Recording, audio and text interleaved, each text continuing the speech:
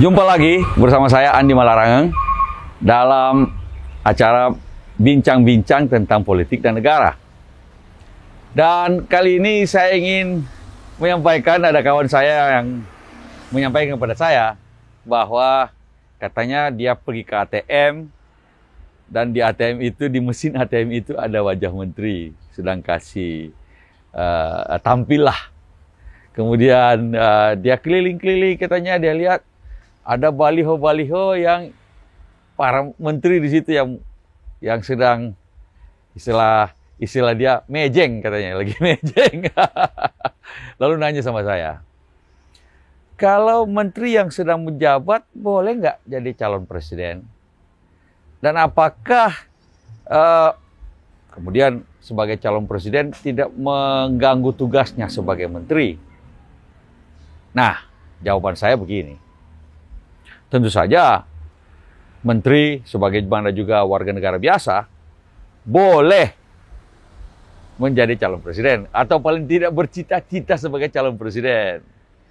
Dan kemudian melakukan upaya-upaya agar supaya nantinya bisa dicalonkan sebagai calon presiden atau wakil presiden oleh partai atau gabungan partai.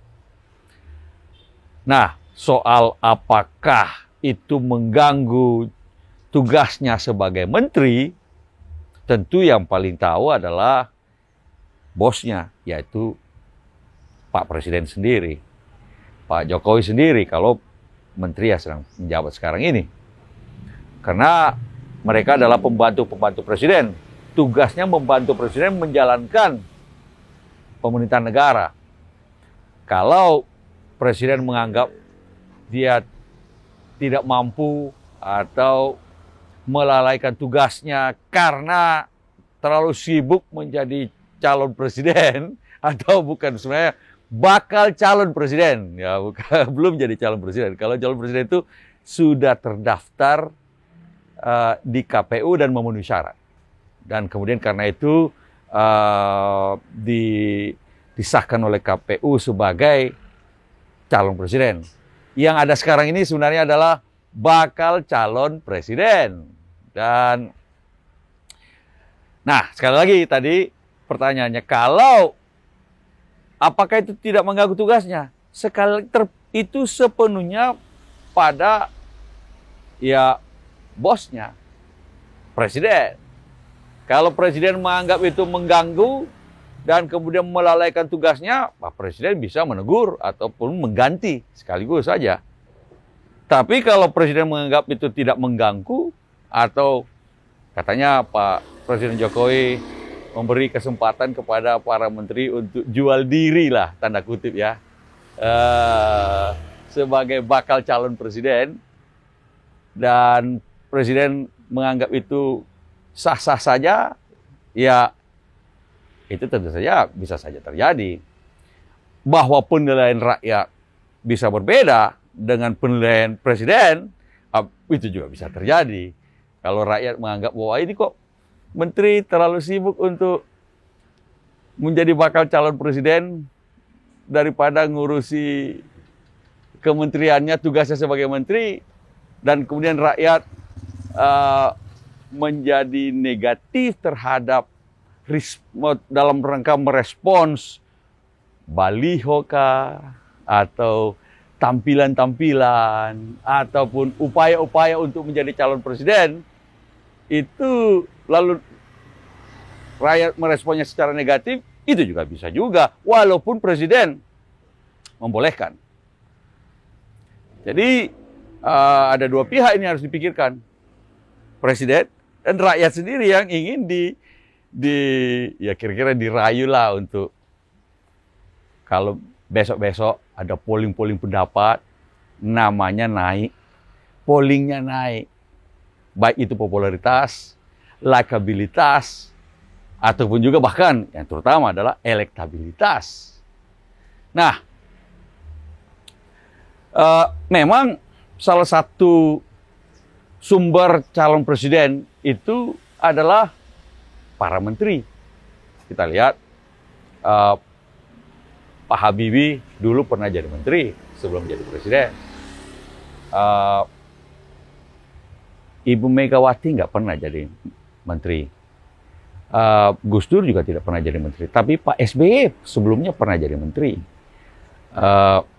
Pak Jokowi sekarang ini tidak jadi menteri, dari gubernur, wali kota, gubernur. Karena itu memang sudah beberapa kali presiden kita datangnya dari menteri. Dan yang punya ambisi menjadi presiden memang salah satunya adalah selain para menteri, para gubernur, mungkin juga pimpinan DPR. Karena itu sah-sah saja. Yang bagi saya adalah masalahnya adalah mungkin waktunya sekarang yang masih terlalu dini. Ini masih tahun 2021. Pilpresnya sendiri masih tahun 2024.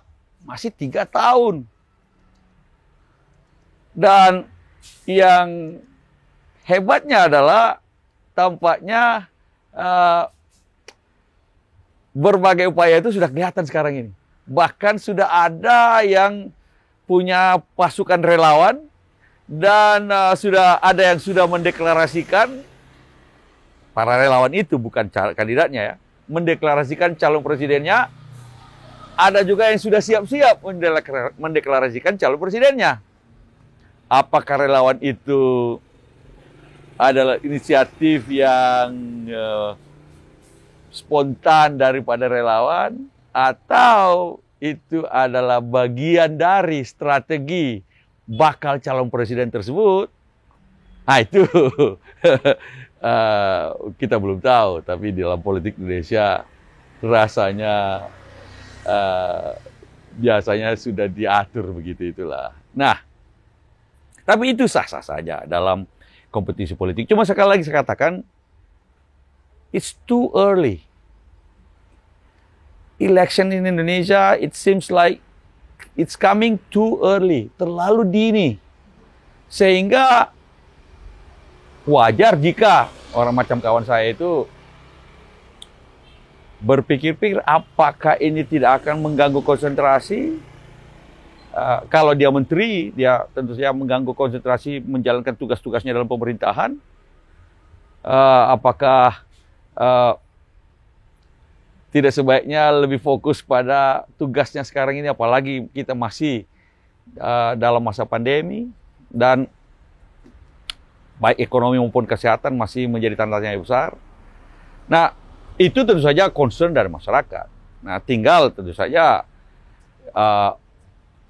terpulang pada masing-masing calon, terpulang juga pada Bapak Presiden, apakah akan membiarkan hal ini atau menganggapnya ini adalah bagian dari konsentrasi politik walaupun datangnya terlalu dini. Saya sih menganggap bahwa apapun yang dilakukan, toh yang akan melihatnya nanti, menilainya nanti adalah rakyat pemilih sendiri. Apakah itu dianggap terlalu berlebihan atau itu sudah pas? Sekali lagi, ada dua pihak yang menilai. Baik presiden, satu pihak, kalau itu berhubungan dengan menteri-menteri, tapi dalam hal penilaian terhadap bakal calon presiden itu sendiri, baik itu dari menteri maupun yang bukan dari menteri, rakyat pemilih sendiri. Nah, kita lihat saja nanti perkembangan dari jajak-jajak pendapat yang sahih. Kita melihat apakah upaya-upaya itu